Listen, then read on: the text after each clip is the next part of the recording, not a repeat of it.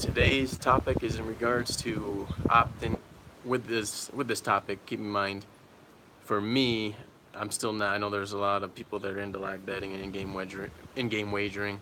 That's still not something that I dabble in too much, but I do want to give a few examples of when I do opt in the NFL. I would say probably 2 or 3 games a year. NFL lines are so tight. More often than not, at halftime of a game, you're going to be still on the fence of your wager. So there's probably 2 to 3 times a year where I'll say, okay, this team's not playing good enough for me to risk for a full game situation. Take a little bit off the table, as that number at halftime is going to give you an opportunity to buy out and reduce your risk.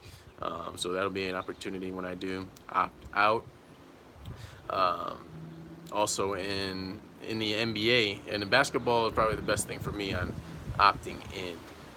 Halftime wagers in the NBA, you're going to see a lot of scenarios. I think it's probably the top sport to do a halftime wager anytime a team is up double digits. NBA is a complacency game, especially with the high amount of dollars that are in the league now. You'll see leads evaporate in the second half really quickly, and oftentimes you can see that towards the end of the second quarter.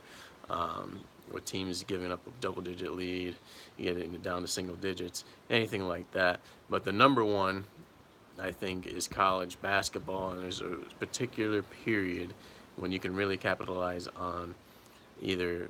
I don't do first half wagers too often, but when I do, it's the same period, and then also second half wagers. It is towards the tail end of non-conference play. Those final 2 weeks, you're going to see those big-time mismatches of schools. Those lines sometimes might be 20 points. Those first half lines are going to be low double digits, but you can almost all the time they're going to close that first half on that killer first half run, ATS run.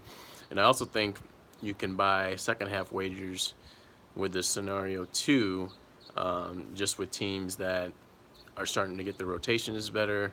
I can remember, was it St. John's Duke a couple of years ago, where St. John's just was killing Duke in the first half. But you could sense Duke went on a run right before the end of the half. You could sense that rotation and adjustments were going to blow St. John's out the gym in the second half. Sure enough, it did. Another example was Georgia State versus Green Bay, Wisconsin, Green Bay. You can look up these games. I'm just reciting these off the top of my head. Georgia State had a big lead.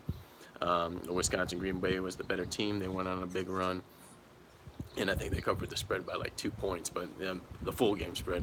But the halftime spread, obviously, they covered that easily. I can go on and on and on with there's Horizon League examples. Last year, Drake, Northern Iowa. But it goes on and on and on. So those are some scenarios. I'm not big on in-game wagering. I still stick to the basics. I would say it's probably 10 times a year that I'll do some of those opt-in, opt-out wagers.